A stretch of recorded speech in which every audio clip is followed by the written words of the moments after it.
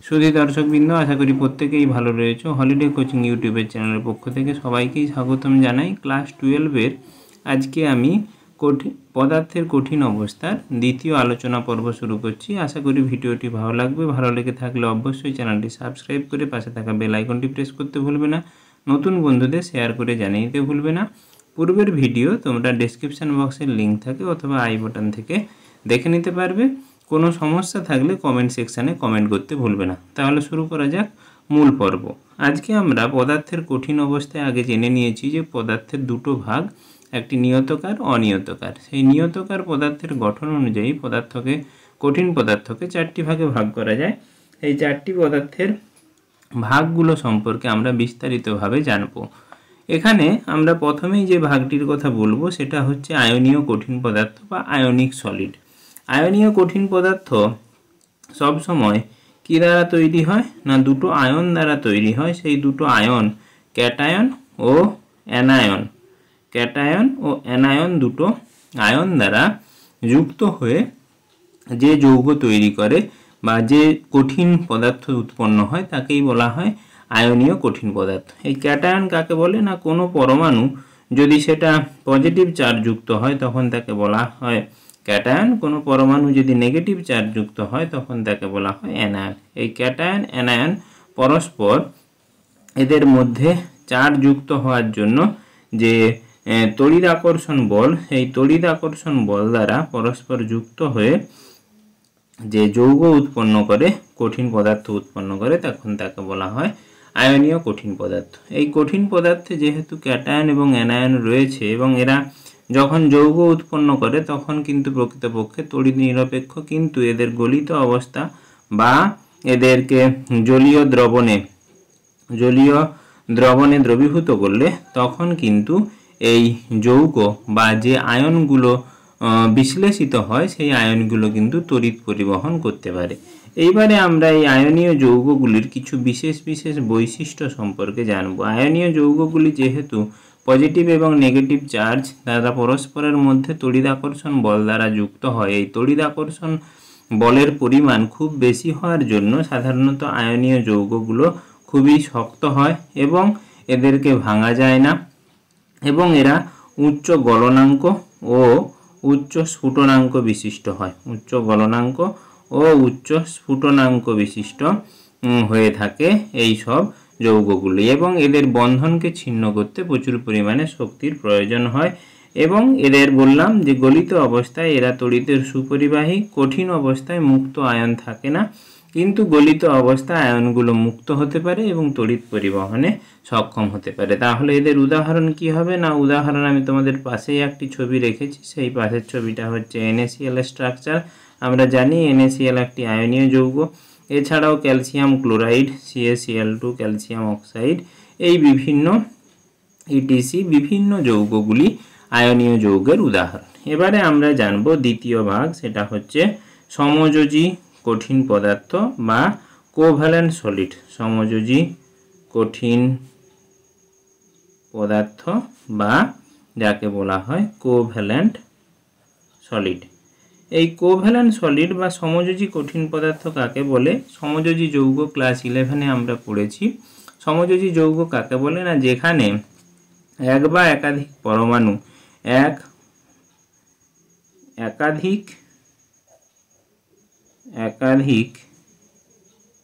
একই পরমাণু বা বিভিন্ন পরমাণু, একাধিক পরমাণু বা বিভিন্ন পরমাণু যখন পরস্পর যুক্ত হয়ে একটি অণু তৈরি করে, সেই যৌগকে বলা হয় সমযোজী কঠিন পদার্থ, বা যে কঠিন পদার্থ তৈরি হয় তাকেই বলা হয় সমযোজী কঠিন পদার্থ। তাহলে সমযোজী কঠিন পদার্থে কি হয়, একই পরমাণু বা বিভিন্ন পরমাণু পরস্পর সমযোজী বন্ধন দ্বারা যুক্ত হয়ে যদি কঠিন পদার্থ উৎপন্ন হয় তখন তাকে বলা হয় সমযোজী কঠিন পদার্থ। সমযোজী কঠিন পদার্থের উদাহরণ কি? সমযোজী কঠিন পদার্থের কিছু বৈশিষ্ট্য আছে, বৈশিষ্ট্যগুলো জেনে নেই।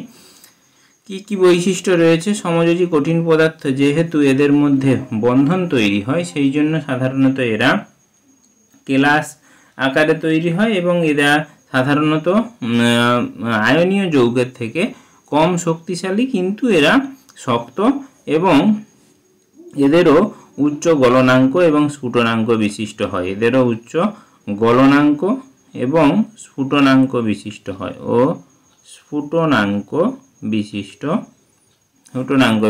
হয়, উচ্চ গলনাঙ্ক ও স্ফুটনাঙ্ক বিশিষ্ট হয়।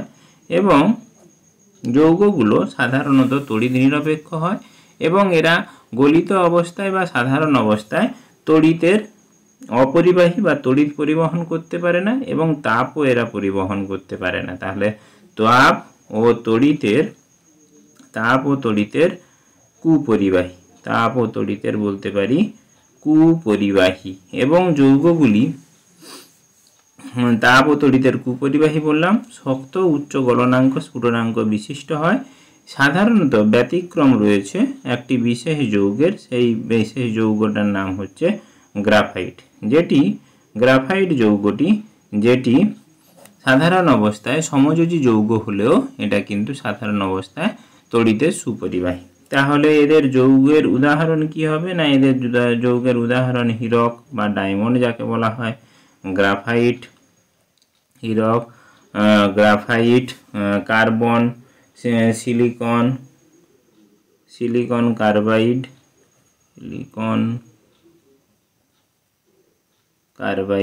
ইত্যাদি যৌগগুলি হচ্ছে তোমার সমযোজী কঠিন পদার্থের উদাহরণ। সমযোজী কঠিন পদার্থ পরস্পর সমযোজী বন্ধন দ্বারা যুক্ত থাকে। সমযোজী বন্ধনের সঙ্গে যুক্ত হওয়ার জন্য যৌগগুলি শক্ত, উচ্চ গলনাঙ্ক, স্ফুটনাঙ্ক বিশিষ্ট হতে পারে এবং এরা তড়িৎ নিরপেক্ষ হওয়ার জন্য সাধারণ অবস্থায় বা গলিত অবস্থায় তড়িতের কুপরিবাহী, তাপেরও কুপরিবাহী। শুধু ব্যতিক্রম গ্রাফাইটের ব্যতিক্রমের কারণ আমরা জানব। তার আগে আমরা হীরকের স্ট্রাকচারটা দেখে নেই। এটা হচ্ছে হীরকের স্ট্রাকচার বা ডায়মন্ডের স্ট্রাকচার, যেখানে কার্বনের সঙ্গে কার্বনের 4টি কার্বন পরমাণু, অপর একটি কার্বন পরমাণুর বাইরে 4টি ইলেকট্রন থাকে। সেই 4টি ইলেকট্রন দ্বারা অপর 4টি কার্বন পরমাণুর সঙ্গে যুক্ত থাকে।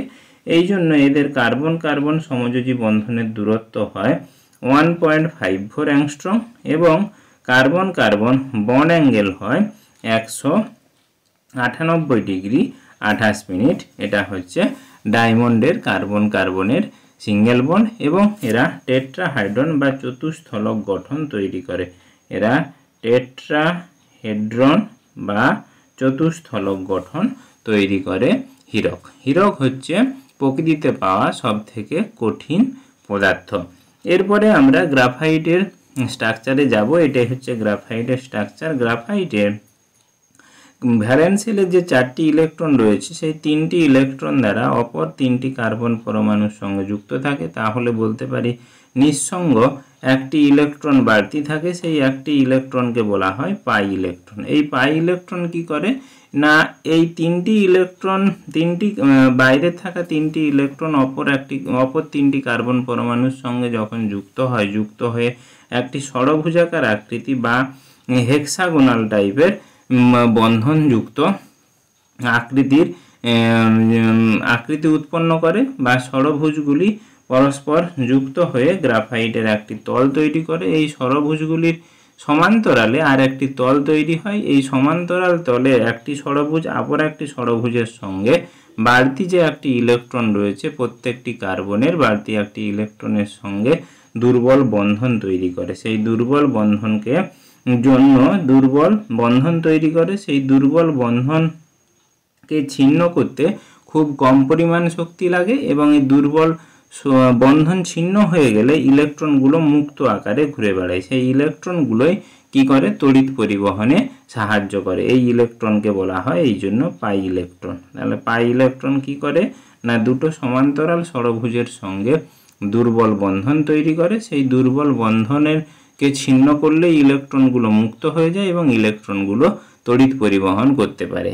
এই গ্রাফাইটের একটি ষড়ভুজাকার তল এবং অপর একটি ষড়ভুজাকার তলের মধ্যে যে দুর্বল বন্ধন থাকে, সেটা শক্তি প্রয়োগ করলেই এটা কি হয়, একটা তল থেকে আর একটা তল দূরে সরে যেতে পারে এবং এই জন্যই গ্রাফাইট কিন্তু পিচ্ছিল হয়। এই গ্রাফাইটের কার্বন কার্বন সিঙ্গেল বন্ডের দূরত্ব হয় 1.42 অ্যাংস্ট্রম এবং দুটো সমান্তরাল ষড়ভুজের যে বন্ধন তৈরি হয়, সেই বন্ধনে কার্বন কার্বনের বন্ধন তৈরি হয় সমান্তরালে তার কিন্তু দূরত্ব বেশি 3.42 ডিগ্রি অ্যাংস্ট্রম। এই হচ্ছে গ্রাফাইটের স্ট্রাকচার এবং গ্রাফাইট সম্পর্কে আমরা বুঝলাম কেন গ্রাফাইট পিচ্ছিল হয় এবং গ্রাফাইট কেন তড়িৎ পরিবহন করতে পারে। এবারে আমরা জানব আণবিক কঠিন পদার্থ সম্পর্কে। আণবিক কঠিন পদার্থের কি হয় না, আণবিক কঠিন পদার্থকে ইংরেজিতে বলা হয় মলিকুলার সলিড, যেখানে অনেকগুলো অণু পরস্পর যুক্ত হয়ে একটা কঠিন পদার্থ তৈরি করে এবং সেই অণুগুলো পরস্পর একটি নির্দিষ্ট নিয়মে যুক্ত হয়ে একটি আকৃতি তৈরি করে বা একটি জ্যামিতিক বলতে পারি আকৃতি বিশিষ্ট হয়। সেই আণবিক কঠিন পদার্থের সাধারণ উদাহরণ যখন আমরা জানব, সেই সাধারণ উদাহরণের মধ্যে আমাদের কিন্তু বরফ পড়বে। বরফ বা যাকে আমরা শুষ্ক বরফ বলে থাকি, কঠিন কার্বন ডাই অক্সাইড, সেই সবের উদাহরণ সম্পর্কে জানব। তার একটি ছবি তোমাদের সামনে রয়েছে। এই হচ্ছে জল। জলের সাধারণত সংকেত হচ্ছে H2, যেখানে জলের অক্সিজেন অণুর হাইব্রিডাইজেশন sp2 বা sp2 হাইব্রিডাইজেশন। sp2 হাইব্রিডাইজেশন হলেই আমরা জানি টেট্রাহাইড্রাল হয়। sp2 হাইব্রিডাইজেশন জলের হচ্ছে sp3 হাইব্রিডাইজেশন টেট্রাহাইড্রাল। জলের এখানে অক্সিজেনের দুটো নিঃসঙ্গ ইলেকট্রন রয়েছে, সেই দুটো নিঃসঙ্গ ইলেকট্রন জোড় অপর জলের হাইড্রোজেন অণুর সঙ্গে দুর্বল হাইড্রোজেন বন্ধন তৈরি করে। তাহলে একটা জলের অণুর যদি কথা ভাবি, সেই একটা জলের অণুর মধ্যে দুটো হাইড্রোজেন রয়েছে, দুটো হাইড্রোজেনের সঙ্গে অপর দুটো জলের অক্সিজেনের সঙ্গে হাইড্রোজেন বন্ধন তৈরি হয় এবং ওই একটি অক্সিজেনের সঙ্গে অপর দুটো জলের হাইড্রোজেন অণুর সঙ্গে হাইড্রোজেন বন্ধন তৈরি হয়।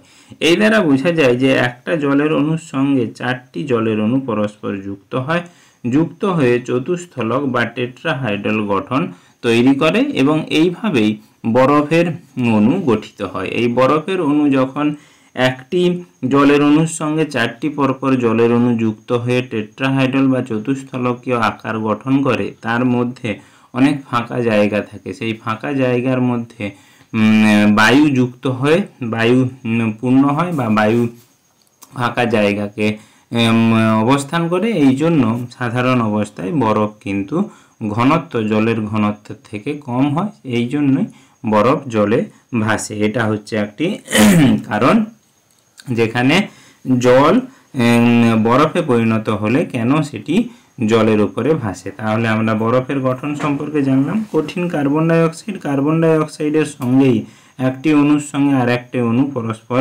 দুর্বল ভ্যান ডার ওয়ালস বল দ্বারা পরস্পর যুক্ত হয়ে কঠিন কার্বন ডাই অক্সাইডের অণু তৈরি করে এবং কার্বন ডাই অক্সাইড বা শুষ্ক বরফ একে বলা হয় কারণ শুষ্ক বরফের তাপমাত্রা খুবই কম। শুষ্ক বরফকে সাধারণত কৃত্রিম বৃষ্টি তৈরিতে কাজে লাগানো হয়। আর শুষ্ক বরফ জল যেরকম বরফে হাত দিলে আমাদের সাধারণ জলের বরফে হাত ভেজা হয়, কিন্তু কঠিন কার্বন ডাই অক্সাইডে হাত দিলে কিন্তু এটা ভেজবে না। এই জন্য একে শুষ্ক কঠিন বরফ হিসাবে কঠিন কার্বন ডাই অক্সাইডকে বলা হয়। এরপরে রয়েছে আমাদের আণবিক কঠিন পদার্থ সম্পর্কে জানলাম। এবারে আমরা জানব ধাতব কঠিন পদার্থ। ধাতব কঠিন পদার্থ কাকে বলে? ধাতব কঠিন পদার্থ যেখানে ধাতব অণুগুলো পরস্পর নির্দিষ্ট দূরত্বে সুষমভাবে সজ্জিত হয়ে কঠিন পদার্থে পরিণত হয়। এই ধাতব কঠিন পদার্থে যদি ইলেকট্রন ত্যাগ করে তখন যে ধাতব আয়নে পরিণত হয় তাকে বলা হয় কার্নেল। এই কার্নেলগুলোর ইলেকট্রন যে বাড়তি ইলেকট্রনগুলো সেগুলো কি করে, এর চারপাশে মেঘ আকারে চারিপাশে ঘোরাফেরা করে। এই মেঘ আকারে ইলেকট্রনগুলো ঘোরাফেরা করার জন্য এর বাইরে অপর একটি যে যদি ধাতব আয়ন তার পাশে থাকে, সেই ধাতব আয়ন কি করে, ওই ইলেকট্রন মেঘগুলোকে আকর্ষিত করে। সেই আকর্ষণের জন্য এদের তড়িৎ আকর্ষণ বল এত তীব্র হয়, তীব্র হওয়ার জন্য সাধারণত ধাতুগুলোর বৈশিষ্ট্য কি, ধাতুগুলো খুবই শক্তিশালী হয় এবং ধাতুগুলোতে ওই বাড়তি ইলেকট্রন থাকার জন্য এই ইলেকট্রনগুলো তাপ এবং তড়িতে সুপরিবাহী হয়। এগুলো উচ্চ গলনাঙ্ক উচ্চ স্ফুটনাঙ্ক বিশিষ্ট হয় এবং খুব ধাতব কঠিন পদার্থগুলো খুবই কঠিন হয়। আশা করি ভিডিওটি ভালো লেগেছে। ভালো লেগে থাকলে অবশ্যই চ্যানেলটি সাবস্ক্রাইব করে পাশে থাকা বেল আইকনটি প্রেস করতে ভুলবেন না। নতুন বন্ধুদের শেয়ার করে জানিয়ে দিতে ভুলবে না। ধন্যবাদ, নমস্কার।